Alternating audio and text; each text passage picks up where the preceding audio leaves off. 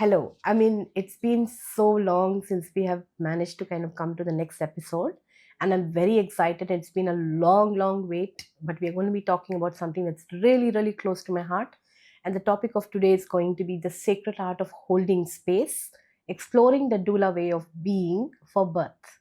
We are going to be in conversation with very dear colleagues of mine, a conversation with Nikita and Sneha on doula, midwifery, intuitive intelligence, presence, and autonomy in birth and beyond. So, Sneha Bakkal, a compassionate and a dedicated doula and traditional birth keeper. Now, with a journey rooted in curiosity and passion for serving others, she found her purpose in supporting new and pregnant mothers. Drawing from her personal experiences with two distinct individual births, she recognized the profound impact of care and guidance during childbirth. Sneha's mission to provide nurturing support and empowerment for women for providing a transformative journey. She also hosts birth circles where women come together to share, to learn, and to grow. So we will also have Nikita Agarwal with us, who is a mother of two boys. She's a certified doula and a Lamaze certified childbirth educator, a breastfeeding educator, and a certified infant massage trainer. Now, she believes in being present and holding space for birthing mothers, reminding them that they're not alone. With the right kind of support, birth can be a powerful, meaningful, positive experience that erases the transition into motherhood and nourishes the entire family. When mothers are supported and babies are welcomed gently, families and communities thrive. And I cannot be a better testimony to that. In the last 16 years of my work, I've noticed that there's not a single mother who is aware that anything to do with pregnancy and birth has an impact in breastfeeding. And today we're going to traverse and connect the dots for families who are listening to us to understand the continuation of the journey from pregnancy, from conception, pregnancy, labor, birth, and breastfeeding. So, welcome with me the two guests that we have today. For me to show my gratitude to you that you've taken your busy time, because every time I have tried to schedule this, it's always been either saying, okay, some mother is in birth. Yes. The fact that both of you had to be together here, it Yeah. was not an easy thing, because Yeah. either of you would have some birth busy. Yes. If a mother is not calling us in labor, then we'll come. Yeah. That's how it's always been, That's isn't it? That's the Yeah. reply I've So I always think given today to- is the day that we are going to have a conversation And about still, all four of us are not together. not together. The two of Yeah. the other doulas Yeah. are not there. Yeah. And, Yeah, it's correct. hard to get all four of us All together. four of us in the together. same- That's true. Yeah, and so because we're always dependent on some mother being in labor, Yeah. right? Yeah, that's how it's going to be. This is such a vast topic that I want to touch upon. In the last 16 years of my work, I have never seen any mother who understands that there is a connection between the experience of her pregnancy, labor, and birth on breastfeeding after. Somewhere there's a sense of fragmentation of every event being separate from one another. Instead of having a continuity of understanding that there is a continuum, it's a life experience that we are having, right? So I think that's where I want to kind of bring your voice in. Nikita, I would like to start with you to say, can you tell me what was that experience that turned your course of action in life from whatever you were doing before to what you're doing now? Because I know this is not a formal education. Yes. It's not something that you choose right after school and then say, oh, I want to be a doula. That's never the case. It is life experience that gets you here. So tell us about your journey. You're speaking to someone who was not sure whether she wanted to get married or have kids. Okay. There was never my plan in my life. Okay. And then I got pregnant. Oh. And from when I did get pregnant is when I realized that I had such deep wisdom within me, which I think all women have, which I know all women have, but I was able to touch upon that wisdom to know what exactly I wanted for this baby. I had no friends to speak with. My friends didn't have children. My cousins were much older. I was pregnant at a time where there was no Instagram. There was no information. There were no online birth education classes. Yes. And somehow I found my way to my doctor and to my doula. Okay. with so much reading online, finding of how I can do this gently for this baby. And I think really that started from from being a gentle parent. I think mostly because I didn't have gentle parents. And I wanted to be a gentle parent. And I said, when I am going to have mine, I better do it right. And from there, reaching my doula, finding my doula, who's also now my teacher, who's my mentor. I think that journey of finding my way around this, like this path. And then I'll still remember, I didn't really attend a lot of birth education classes. I just educated myself because there were lack of resources as such online at that time. And I attended one breastfeeding class.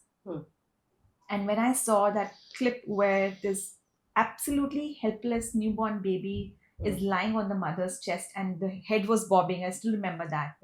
I remember in the whole room of, I think there were 20 women, I was the only one who was just sobbing.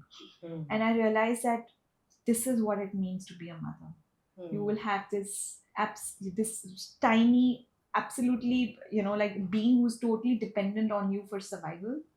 And I still get goosebumps when I think about it, that I just sobbed and sobbed and sobbed, as when it really hit me what it means to be a mother. And the fact that and you're right when you say that, you don't choose to become a doula. I think this is something that chooses you. You don't choose to be a doula. The birth profession chooses the women that have to serve other women. And I think my experience of birth, and especially my really difficult experience of postpartum, is what really told me that you need to stop and quit your corporate job and go and work with other women and serve them. So yeah, it was my own journey of having my own children and having, like going through the difficulties and the challenges that come, especially when there is lack of family support. Right. And that is what happened with me. Like my family was there, everyone wanted to help me, but their definition of help was not what I was looking for. And that's when I realized that you meet the mother where she is. Right. You understand what she wants and what she needs, and then you give her that, and not theory, not textbook information, right, and certainly not myths that are served by our families. So yeah, so it was my own journey of exploration, of giving birth gently and supporting women in postpartum. That's why I'm doing this work. Yeah, and thank you for choosing to accept the invitation that came along in your life. Yes. I think that's very important to know that, being able to support women as birth keepers, as the way that you do, beyond just serving them as a profession, I think there's a lot of you that you put in the experience of it. And I think that has to be a deep calling to be able to serve. I don't think it's can be taken just as a normal profession. I don't think it's possible. No, it is not possible. You cannot serve women when you treat it as a job. Yeah. You just cannot. You cannot. You cannot. You have to, with every family we work with, we emotionally invest ourselves. Yeah. Not in the birth outcome. Yeah, sure. But in the woman. In the woman, yeah. And her experience that she's having. Yeah. So there are very two important things that you were talking about, and I'm going to come back to you just in a while, so that I want to kind of dive deeper in that, Nikita. But I want to talk to you about this, Sneha. I know that you had some distinct experiences with your boys, and that's what your introduction also came out with. What was it that made you feel that this is something that I want to walk in my life with and be the birth keeper that you are? So it was very simple for me that two things were common, like cesarean नहीं होना चाहिए, normal होना चाहिए. Normal के लिए I did whatever I could do in those days when we were not aware of like Lamaze classes or whatever. कुछ नहीं किया, सिर्फ एक normal birth कर लिया. And then I was told by a nurse in the hospital that if you would have not attended, like if you would have not come to the hospital on this date, तो तुम्हारा cesarean रहता. So like itna to, we cannot be so weak in our decisions, like only for a day ka difference can just create a history for your body. Yeah. So that was a time when COVID was there, and when I saw you for the first time in Coimbatore Parenting Network, and I attended these natural birthing का थोड़ा बहुत seminars and I'm like okay, तो ये कुछ अलग है. And now my mother says कि तुमको बचपन से gynecologist बनना था. अच्छा ठीक है. I'm not there, but I'm definitely doing something which I really love to. So when I gave birth to my son in a setup where there were midwives, there was support, there was transparency, something shifted and like कि ये होना चाहिए. This is something that you would like to Yeah. support with. So then when I came back to like Mumbai and then for 9 months postpartum, and I almost supported 2 to 3 women as my friends जिन्होंने natural birth कर लिया मुंबई में. Like when I can do this, I can definitely dwell into something much better. थोड़ा certification कर लेते हैं. And then when I entered into the Doula collectives and when I heard Divya, I'm like, oh, this is another world. मतलब so birth का मतलब women को support करना, like so many things, like 1.5 hours. So Nikita is like our senior. इन्होंने सबसे पहला batch किया था. And then I only heard Nikita's name, never did I saw her. So in classes when we learned each birth, we used to connect to our teacher, and she, Divya, she would give another perspective. So like for one instance, I had the second client of mine who had only an arm, one arm, and the other was not there. And she came to me, I want to have a natural birth. Okay, ठीक है. And my concern was that how will she give birth when she does not have 2 hands? I call up Divya and it's like, how do you know that she would not be able to? Because she makes love with her partner. Yeah. And she's able to do that. So she can. And you will not believe, throughout her labor, she was only good in a position called as all fours. Okay. That's interesting. So, yeah. And she traveled from Vasai till Khar in all fours, in the car, and having a lot of vocalization because obviously she was pushing, like she had the urge to push. Yeah. She went into the hospital, in half an hour the baby was out. So what do you think normal is not normal. Matlab every woman can give birth. It's just that you have to support. So all of those paradigm, what the support means, it really shifted. And what I remember is I just attended 3 hospital births, and there came a woman saying, can you support me for my normal birth at home? तो मैंने बोला ठीक है, because I know कि birth is natural. Right. ठीक है, तो वो तो हो ही जाएगा. That's what Divya always says कि दाइयाँ कैसे करती थी. तो चली गई. And then I saw that birth in the in the house, and it really that's a different energy. That's the spiritual high you get. Just by even being there. Yeah, being there and just doing nothing. Doing nothing is such an important thing in birth. Yeah. Right. We remember our midwives and our teachers also. They'll say, "Okay, you take your crochet या ऐसा कुछ करती थी midwives कि हाँ चल रहा है वो चलने दो." मतलब उस लेवल का आप कैसे अपने आप को पीछे रख सकते हो? That is what is birth. Yeah. So like wow. And then things turned to be like, well, you make it so simple, right? But I think what we're talking about is the signs of non-doing. Yeah. And the presence that you bring in terms of witnessing. So I definitely want to go deeper into that, but I want to touch upon what Nikita brought out is, you said that you wanted to be a gentle mother. Now, what was the link between gentle parenting to birth? Why would it start from birth? It actually starts much before birth.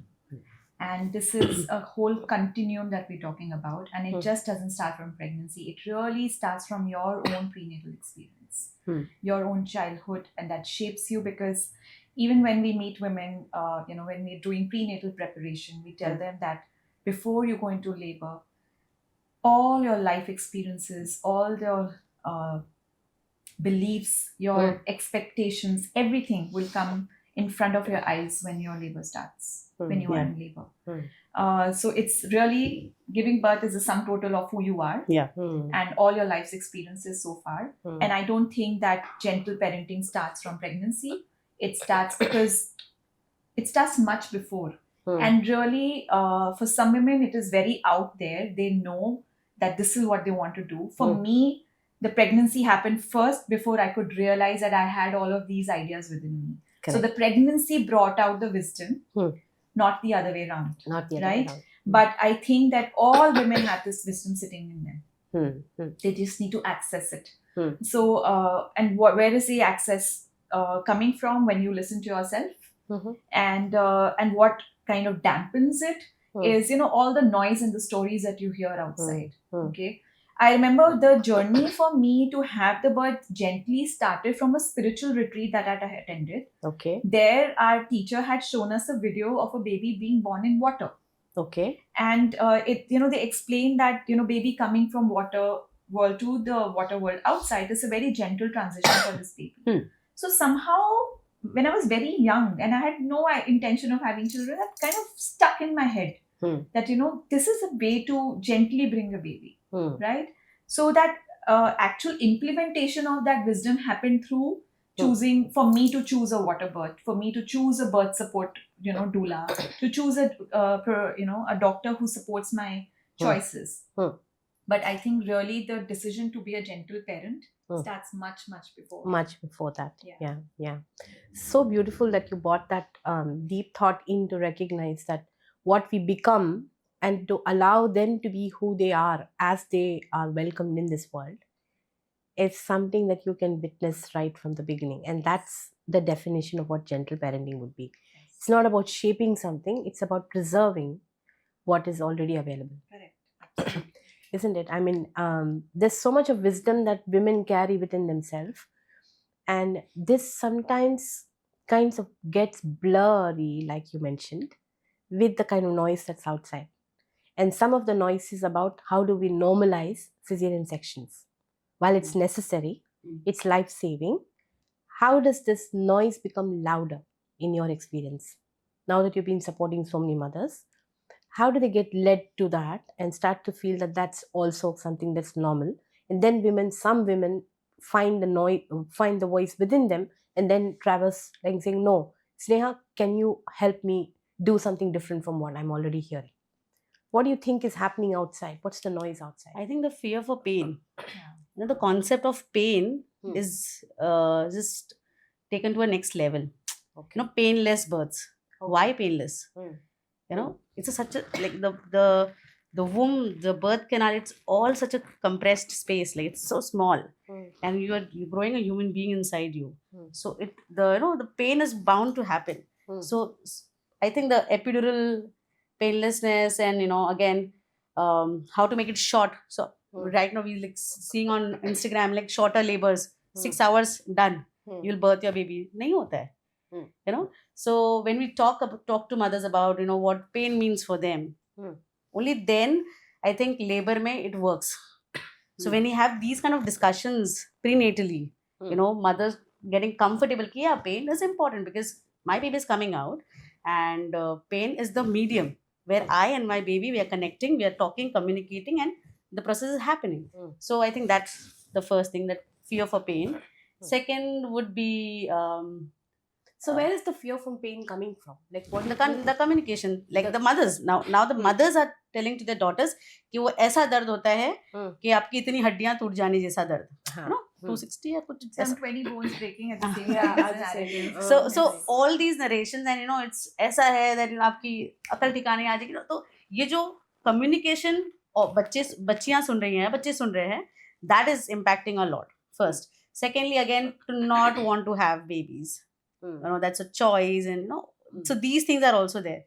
And when you talk like choosing to a better facility, going to a topmost hospital where you have all the facilities, तो और education ना लेना, ये सारा impact होता है for women to not choose for a normal vaginal birth. So that's one thing I would say, fear for pain and not enough knowledge. And like our grandmothers, they gave birth at home. Our mothers gave birth in the hospital setup. Somewhere in between all of that, our daughters or the children, they were not aware कि बच्चे कहाँ से आते हैं, hospital से आते हैं. So the concept that mama is nurturing the baby inside and she gives birth, nahi. The babies are coming, we are booking the baby in the hospital, and then the baby is coming, So God gives baby. Right. Where, how? So when you keep all those questions unanswered to our children, I think we can start off really early. Like, so basically what you're saying is the narrative that's in the media. Yeah, which is true. Which is that it's hard, it's painful. There are two things that I'd like to add to what Sneha has said. That number one is that the women who are talking a lot about pain, we need to see what was the support system that was available to them. Were they being supported during their birth or not? That's number one. Number two is that I truly believe that giving birth is a rite of passage. Right. It's a spiritual aspect of the feminine that really transforms a woman into a mother. Yeah. Okay. And I don't think women look at labor and birth as a rite of passage. Yeah. It's only when they have gone through it is Yeah. when they realize that birth is not just a physical So it's process. more a reflective process. It's a reflective, it's a spiritual journey, right? And I don't think that they realize that it's so important to go through this. I was very fearful of pain when I was expecting my first one. So what are your early images that bring you that kind of fear? What are we growing up with that brings us that kind of imagery of fear and pain, fear of pain?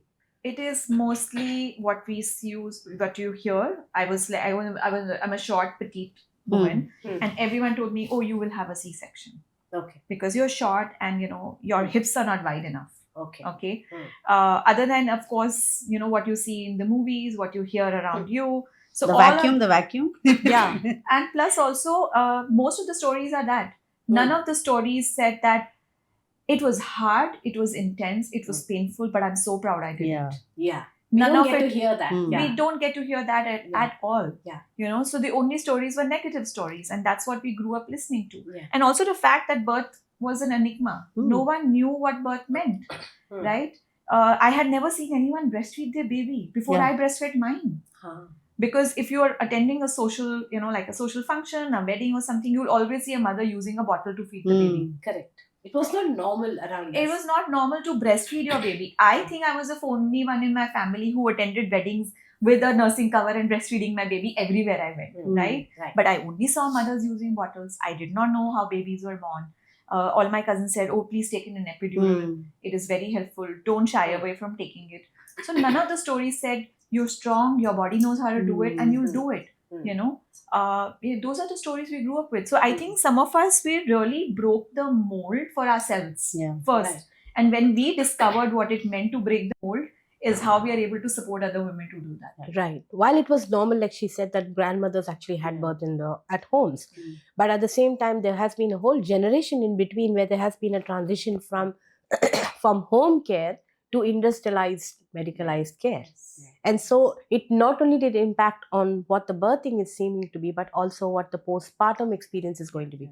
Also moving babies into formula. I think that was the stage when all of this was happening, where the doctors were talking about how good formula is and how that's going to be the best for the baby. So I remember my sister, who's 6 years younger to me, was born in 1980, and she was completely formula fed. Well, I was actually a home birth.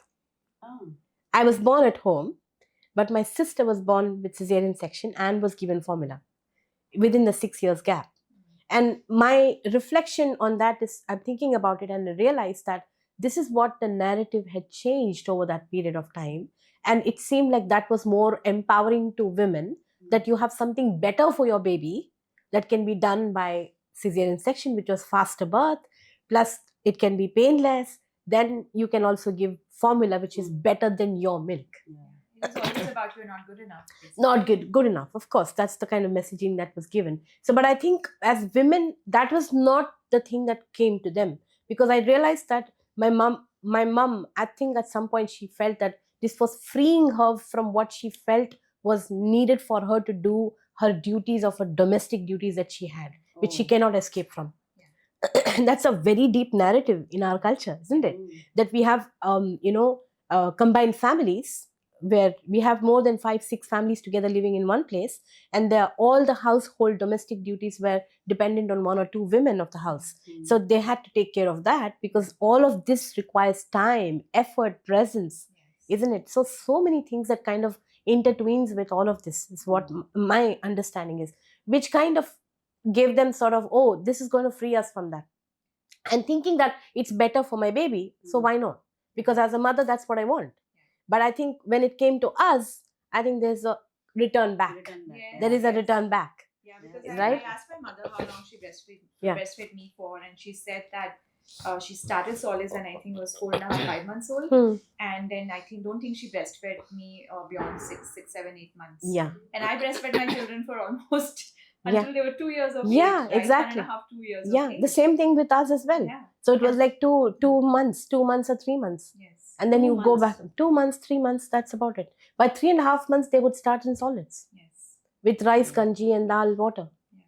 So I don't think that it was only about me not being enough, but also how we are facilitating you with something that's modern. Mm. And so we're kind of overriding the wisdom of the women to kind of give them a different narrative of what becomes more modern and more facilitated for you. But I think what we are kind of intriguing in ourselves is this really normal? Can we go back to our wisdom internally to see where is that coming from? That doesn't seem like it is normal for us. So I want to kind of go back to the wisdom of my body. And that's the beauty of women, isn't it? Like you said, there is an inherent wisdom in them that's calling them back to nature at all times. Yes. And that's a start point in every generation. Absolutely. Absolutely. No matter how far we get, we will have a return point. Yes. And I'm happy that we returned in just one generation. Yeah. Really, it could have been like multiple generations, Yeah. which some of the Western countries have seen. But I think there's a whole return that's happening all over the world, and sort of an awakening, a reawakening for the women to come in. So having said that, there's this return of wanting to have natural birth. Now, where is the gap that we see between being able to support them at the hospital versus women choosing to have birth at home? What is the gap? I would say the understanding of physiological birth is missing among the doctors. Okay. Yeah, like the less of they haven't seen births undisturbed. So they for one cesarean, another cesarean is a must.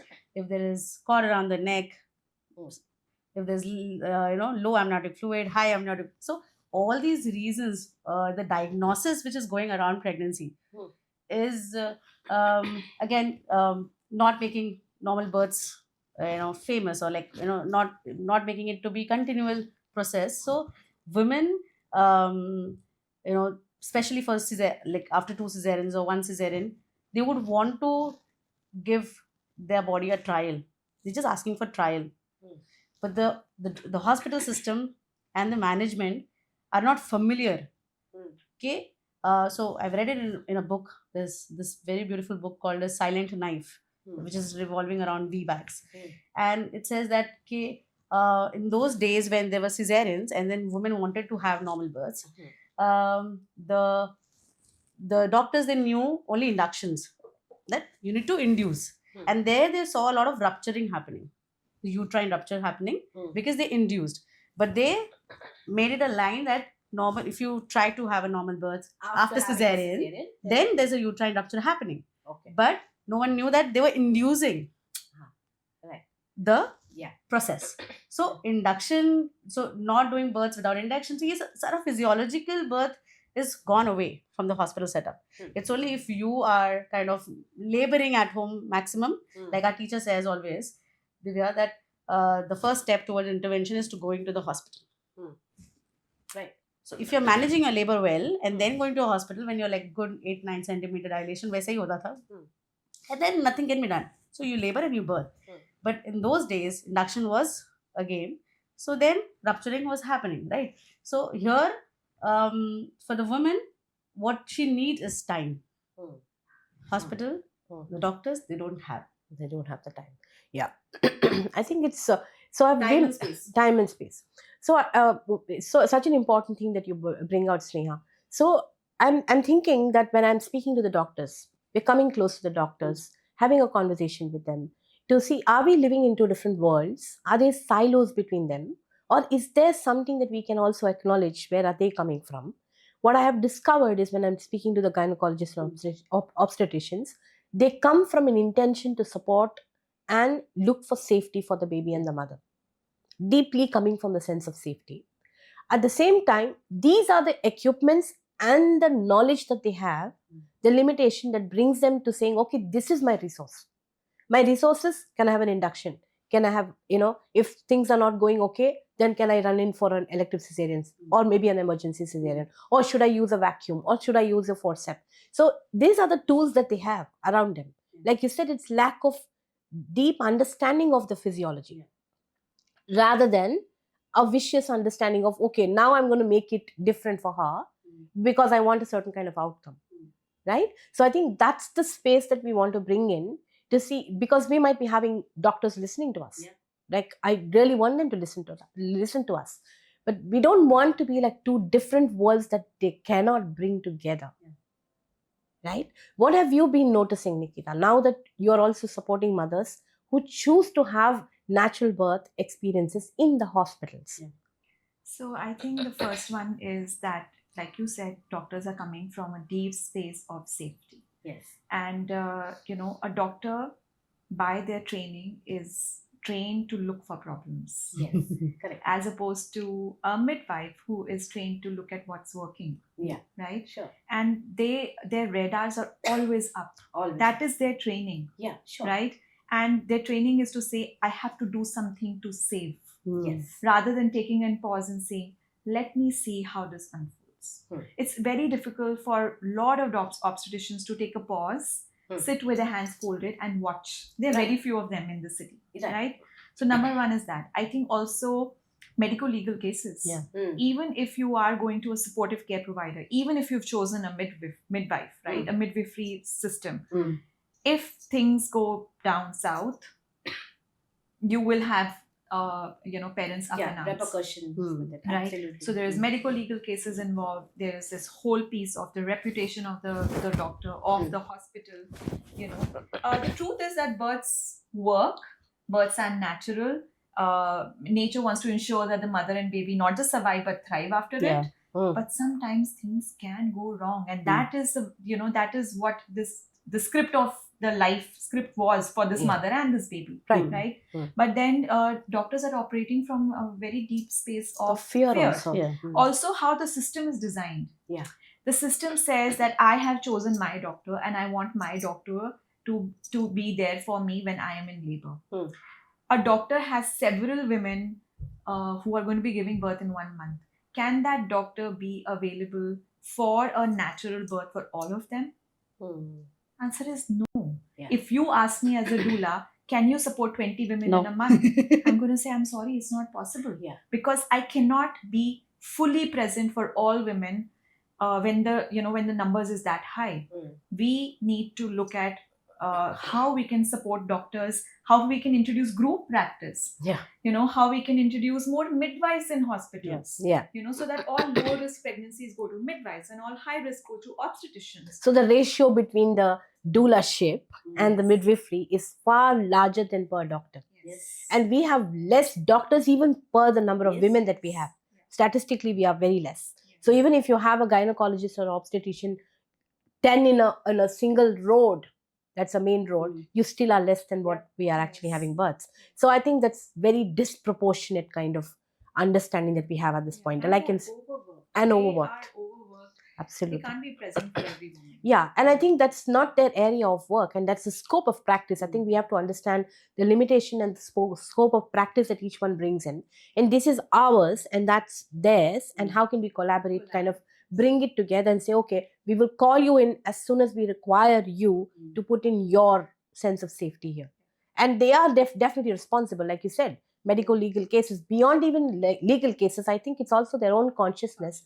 As a doctor, the finality is that no one's going to directly ask a doula, why was the outcome this way? Versus asking a doctor, could you have done something different? So I think they shoulder something much more as responsibility. Absolutely. Yeah, so that's definitely there because they are also kind of life-saving in a way, right?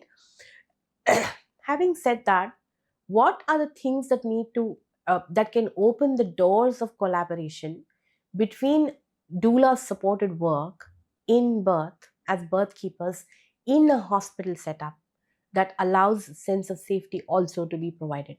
What do you think those are? Sense of safety provided to the mother and the baby and the family. I think that the first step would be for a doctor to open their doors and allow a doula to walk in, right? Once they experience what a doula can bring as a sense of safety, not just for the mother and the baby, but also for the doctor, Yeah. is when they will realize that, it's such a beautiful collaboration to have. That's one. Doctors shy away from having their space, sharing this space with someone else. Maybe they have not had a good experience with the doula in the past, when the doula overrode her scope of practice, Right. and interfered in a medical process, Mm. right? Mm. What we as doulas have to remember is that our role is not medical.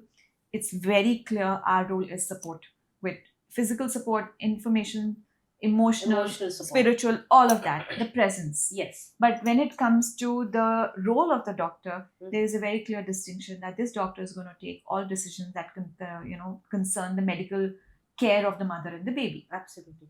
right? So we are not supposed to be kind of like Kind of jumping overriding into on each overriding other. on each Yeah. other's or scope of practice. That's Right. number one. But I think that the doctors that we work with, Mhm. they love working with doulas because they know that they can go take a nap in the Yeah. other room while I am working with the client, Mm. and they know that I will call them Yeah. when it is needed. Yeah. So doctors feel very safe, and they have experienced the support of doula for themselves as Right. well. Right. So I think the first step is to open the doors. open the doors, Yeah. Mm. experience what it is to have a doula in the birth room, Mm. and I think it will be. I think doctors are our teachers, are our mentors as well. Absolutely. Absolutely. There's so much that we learn from each birth, from each situation that comes up, Mm. and I always look at bridging the gap Mm. between these two worlds, Right. because I know that these two worlds may look different, Mm. but yet they are so similar, Yeah. and we can bring them closer, Bring them and closer. collaborate. For the best outcome of the mother and baby, Yeah. right? So I want to come back to you, Sneha, which you were talking about, the non-doing part, right? The fact that I'm sitting there knitting and I'm allowing the mother to do what she has to do, because Yeah. there is a wisdom in the body, and then she's going with it, and you're presenting a certain level of witnessing that you offer for that mother to be able to do what she has to do. So it might look like it's non-doing, but what are the most important deeper sense of definition of that witnessing? What do you have to bring as a doula to be able to do that kind of witness? I could say out of my personal experience that what I do is like when I am there in that space, Mm. I just be her mirror. Hmm. So I've had mothers who had said, "Don't do anything, no rubbing of the back, nothing. You just be in front of me." Hmm. And what why to have a doula when you have a partner? Like now people are also allowing husbands to be a part in the birth, Yeah. but that sisterly touch Mm. is what the woman wants at that moment. You might love your husband a lot. Yeah, sure. He's the bestest person on the earth to massage your foot when you were pregnant, but I've had mothers saying, "Do not touch. Let Sneha touch. Mm. Let you just be there. I just want to see you." Mm. So and I am because I am also a teacher, so I love singing. Mm.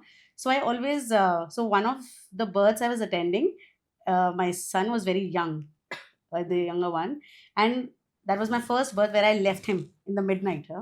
And my husband called up and said, he's crying. So I said, "Okay, I'll give me the phone." So I was just singing my soothing song to my son, To your son. and this mother was laboring, Mm. and I almost soothed him for like half an hour, continuously same thing. Mm. And he's also listening, and he slept. Mm. As soon as I stopped, he's again Mm. gotten up. So I sang, he slept, he said, "Yeah, all done." And then this mother, she's like, "Snake, keep singing." Mm. And that is the only. And then when she went into the water, she's like, "Sneha, sing." And the doctor's like, "What? Mm. Sing those lines." Mm. And when I started, and there the baby was crowning, and the Mm. baby came out. Yeah. And now the mothers, they see, "Don't do anything, Sneha, just come and sing these lines." Yes.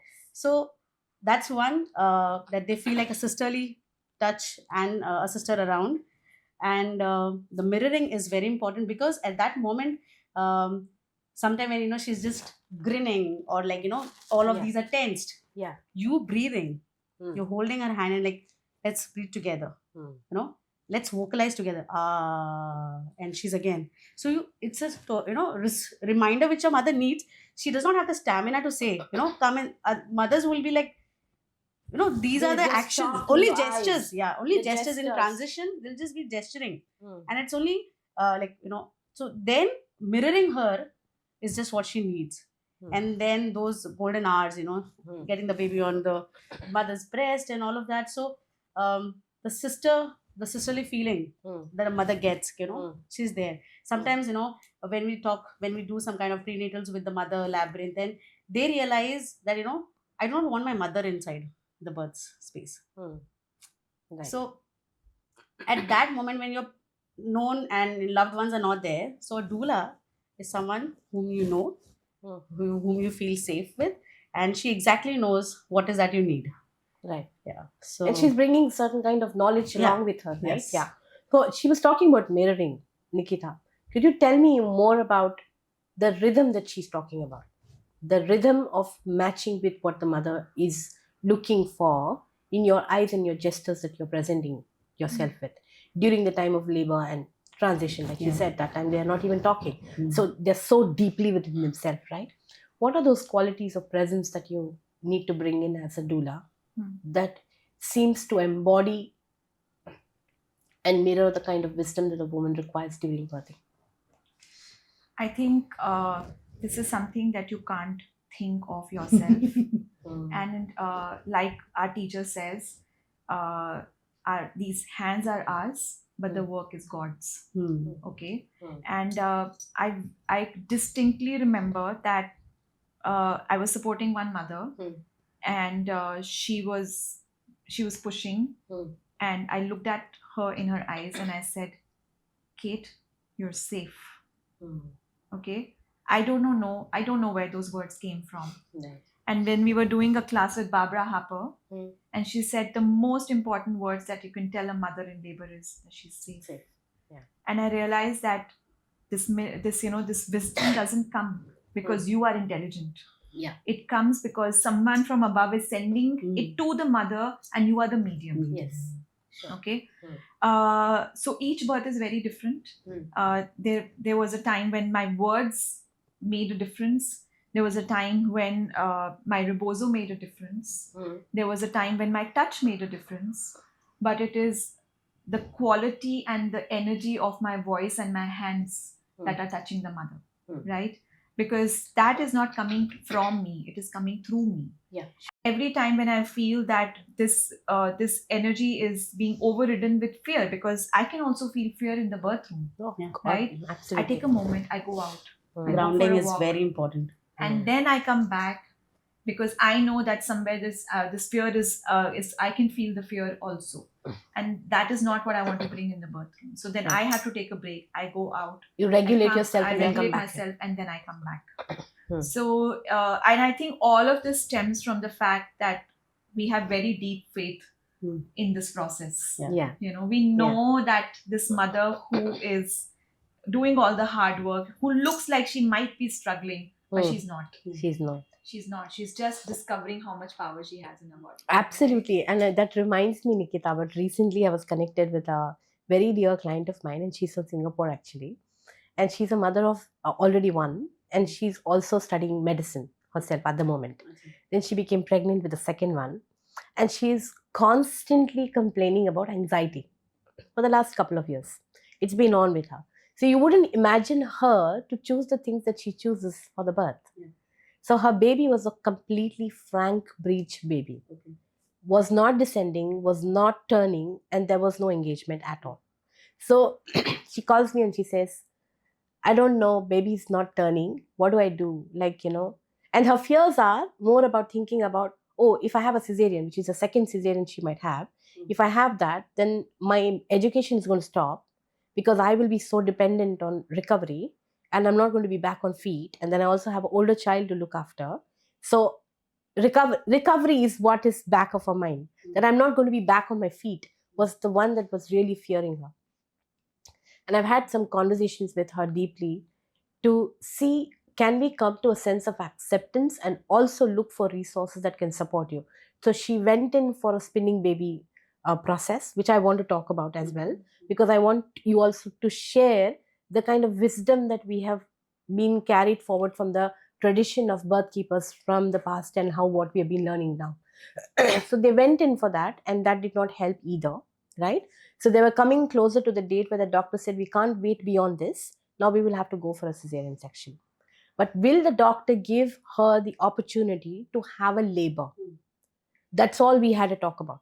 Would you feel supported if the doctor allowed you to have a trial of labor? She said, I want that. And I remember the distinct conversation that I had about speaking to her, and I said, we will need to demarcate and understand, is it coming from a deep place of fear that you will not be able to recover and therefore repercussions about your life? Or was it coming from a deep place of knowing that this can transform how you feel about being the mother today of the second baby coming out, and the baby can be born this way? What's your intuitive sense? Because here there was fear also coming in, but also she needed to not succumb to that fear just because I wanted certain kind of outcome.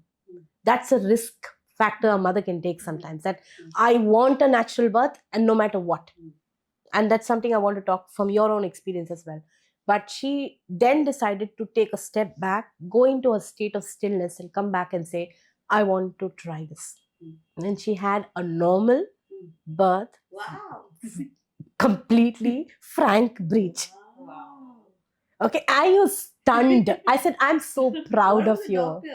The doctor was stunned because he said, okay, I'm going to give it. But I think where he came from is, he said, okay, it's not going to happen. Matlab, few hours jayegi, then we'll wheel her into the, cesarean section. But at least he was open for it. We'll give her, because she was very determined. Yeah. But I was constantly toying between understanding, is it coming, the determination coming from her deep understanding about her wisdom of her birth, or was it coming from her external fears that she's constantly manifesting as well?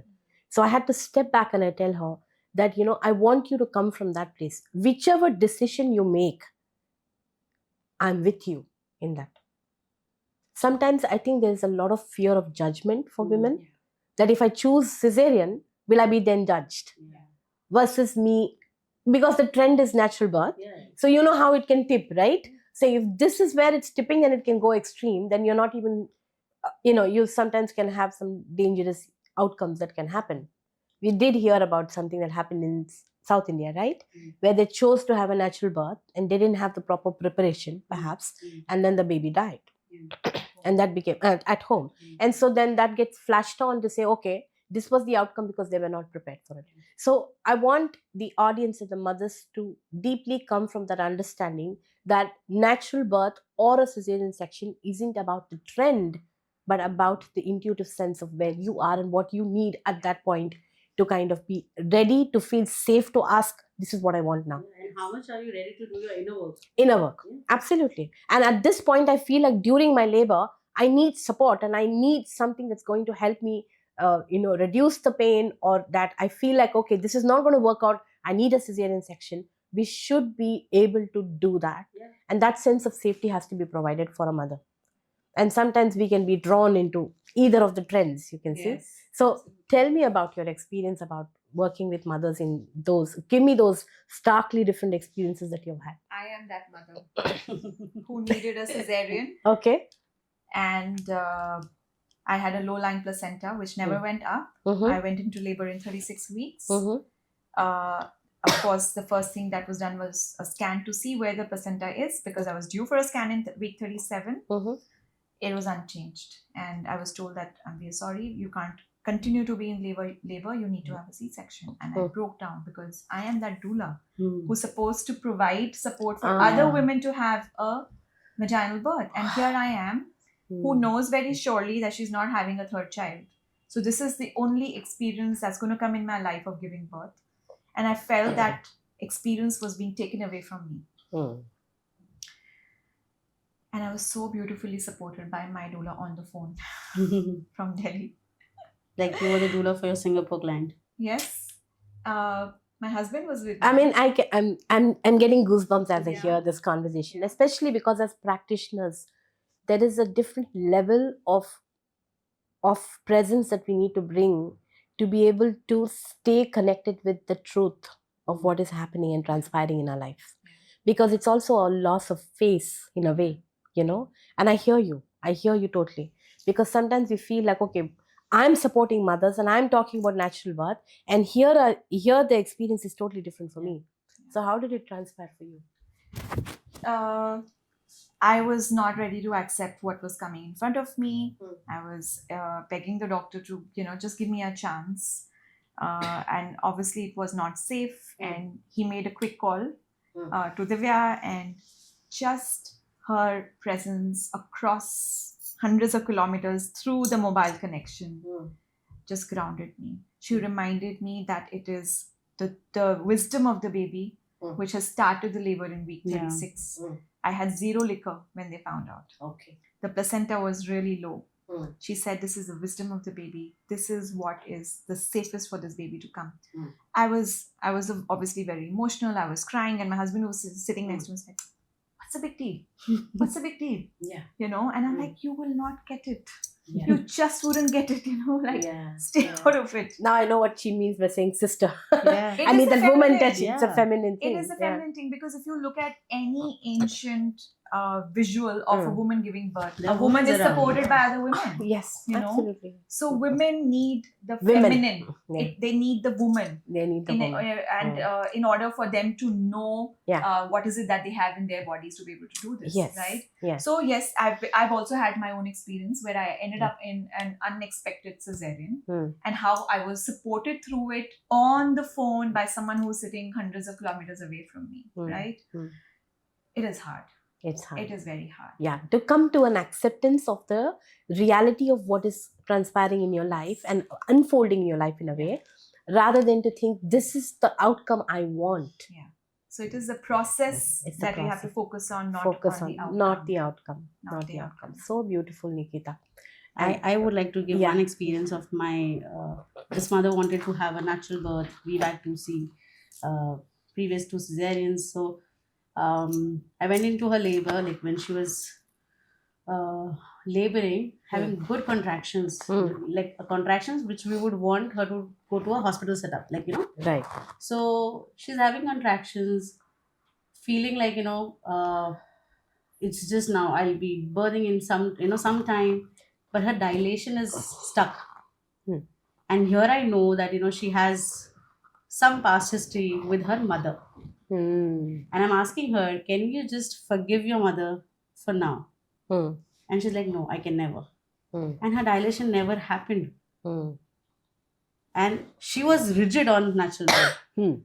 But the inner work which needs that, the connection between you and your mother, the mother's mother, it's always connected. You were in your mother's womb, your grandmother's womb. So Can you share a little more about it, because it might confuse what our audience may be hearing from you, saying how does my relationship with my mother have a role to play in my birth?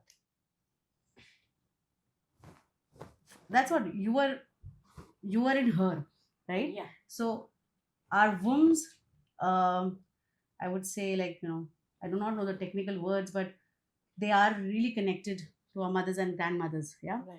So you were in your mother's and your grandmother's egg.